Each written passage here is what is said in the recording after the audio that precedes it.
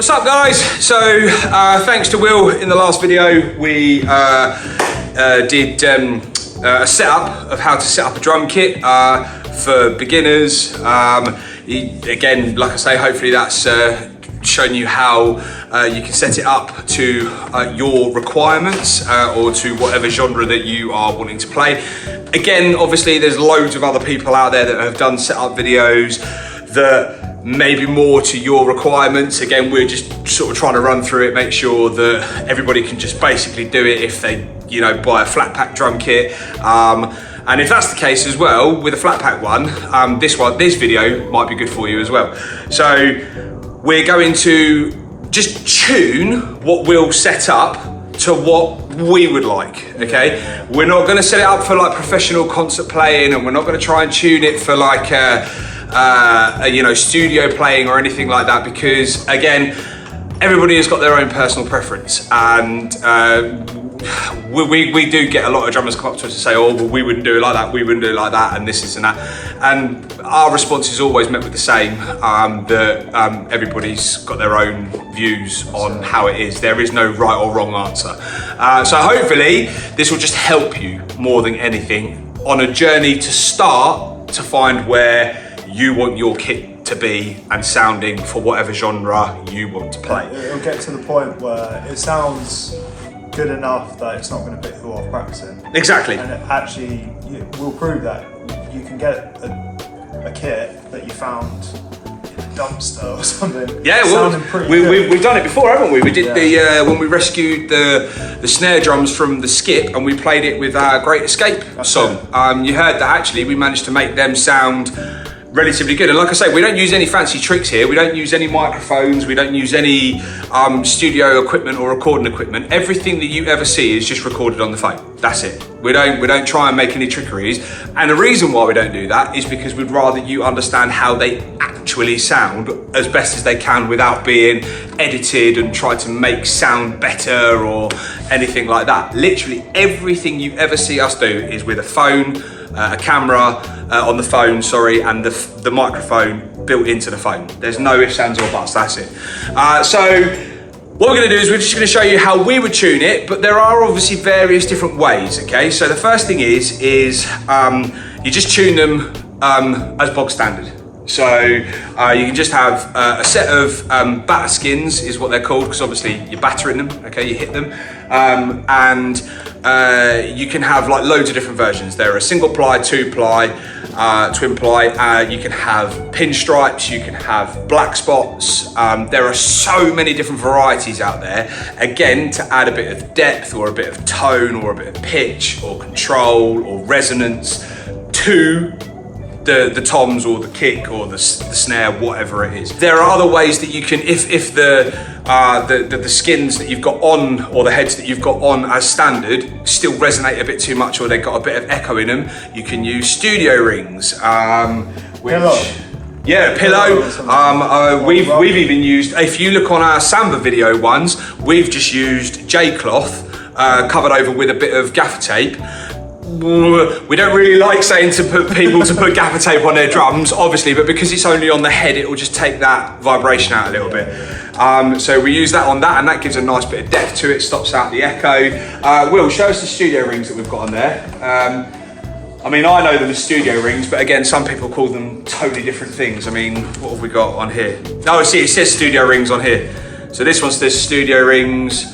Some people call them dampener rings, some people call them mute rings. There's just so many things that people call them, but I've only ever known them to be studio rings, and on here it's a studio. I don't know what they were called until now. There you go, see? I just knew them as like, you put it on a drum, makes it sound better. Yeah, it takes the resonance out. Or, so you can either have studio rings or what we've said, just like a makeshift one with the J-cloth and a bit of gaff tape, or we can have, what have we got here, Will, what's that?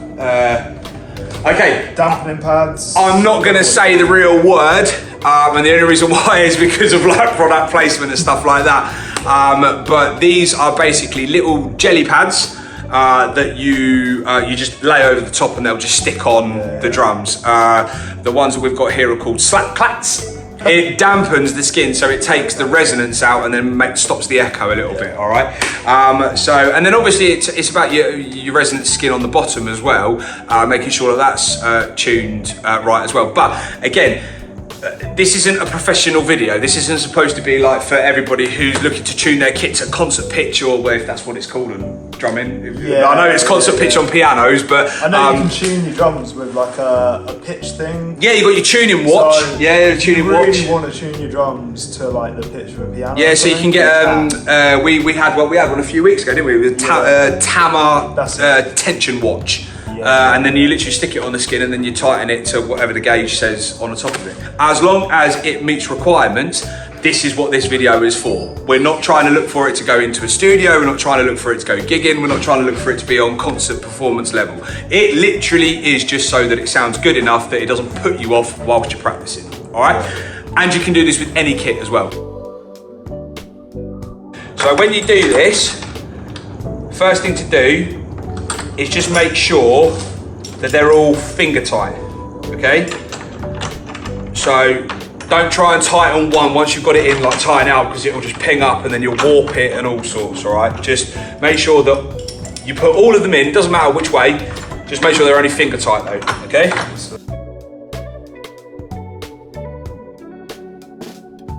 So now, very, very basic. Again, like I say, we're not like trying to make this professional, but literally we're gonna go from, in drums you go from one side to the other, move round, go to the other, move round, go to the other, move round, go to the other, okay? In a clockwise motion, all right? So you go start, it doesn't matter where you start from because the outcome will always be the same. So even if I start from here, I'm gonna go across, and then I move around clockwise and then come across, move around clockwise, come across, move around clockwise, come across. I'll always end up at one. Yeah. And the reason why is because it makes sure that the rim doesn't go like that, it makes sure that it kind of sort of goes like that. Because if we were to go around like that and just tighten this side, that side would be pulling down versus this side. And then that's how you walk the rims, okay? So, you're all finger tight, one turn.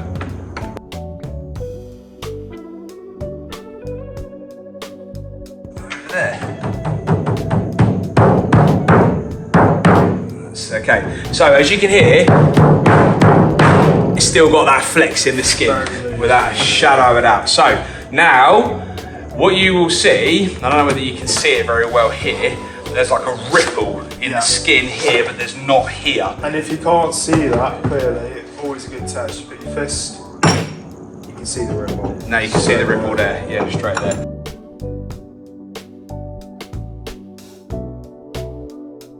No, one more. And again. There, right, there's now no ripple. Okay, so now we can go back to where we were. So, where did I stop before it popped? There. So, across. So, one, clockwise, one, across.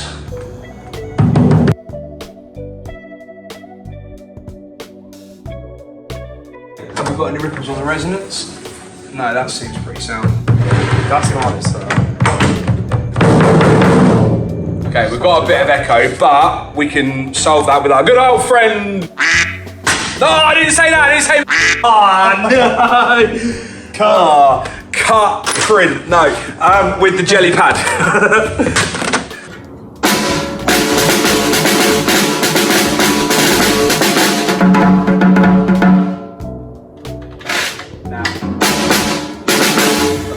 So, can you hear that? It's got a nice bass on it, but it's resonating like crazy.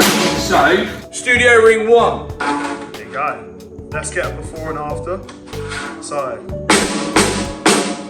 a bit too much decay on it. Now, yeah. Oh, yeah.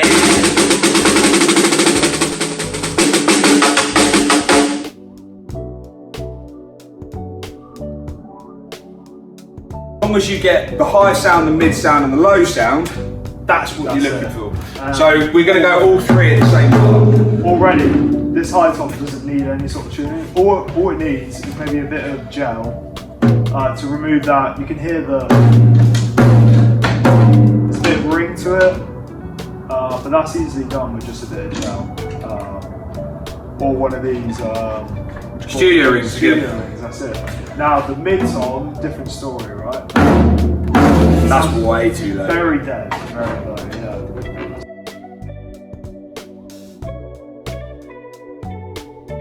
We're just going to adjust the top band, just ever so slightly. I can't believe that we actually managed to get that nearly bang on. Probably over time, the bottom.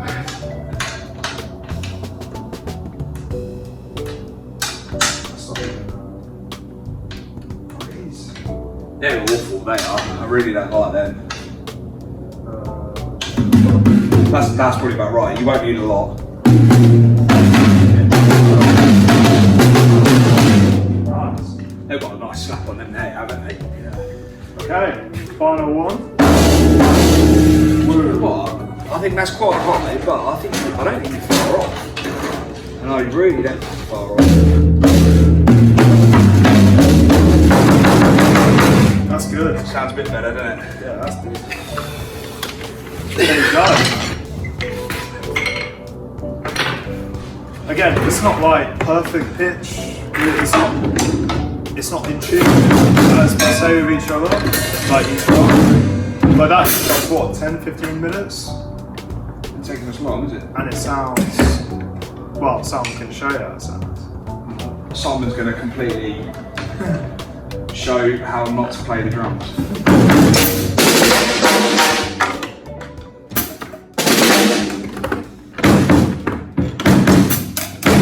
Still not convinced of that.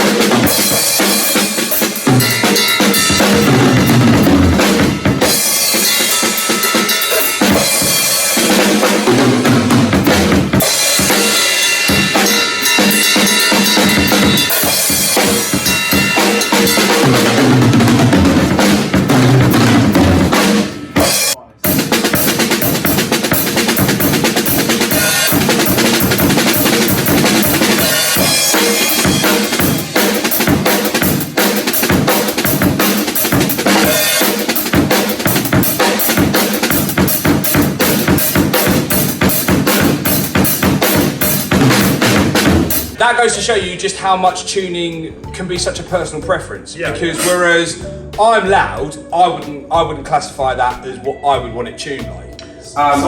Simon wants more like impact, whereas Yeah. for me, I'd probably be a bit more picky about the pitches, because when I'm doing this stuff, I want them to really You need sing. just that little bit Yeah. more. Our two sounds would be completely different, but we can understand and appreciate which ones are which. So, I hope this helped you anyway. Thanks ever so much for putting up with us and watching through it. Just prove like whatever kit you've got, you can make it sound good. And it may not sound exactly how you want it, but a drum kit can sound good. Absolutely. No matter what kit. You can just keep tweaking, like just until you get the sounds that you want. You can just keep tweaking and just keep going and you'll get it. Good luck, thanks ever so much, and look out for the next video. Cheers guys.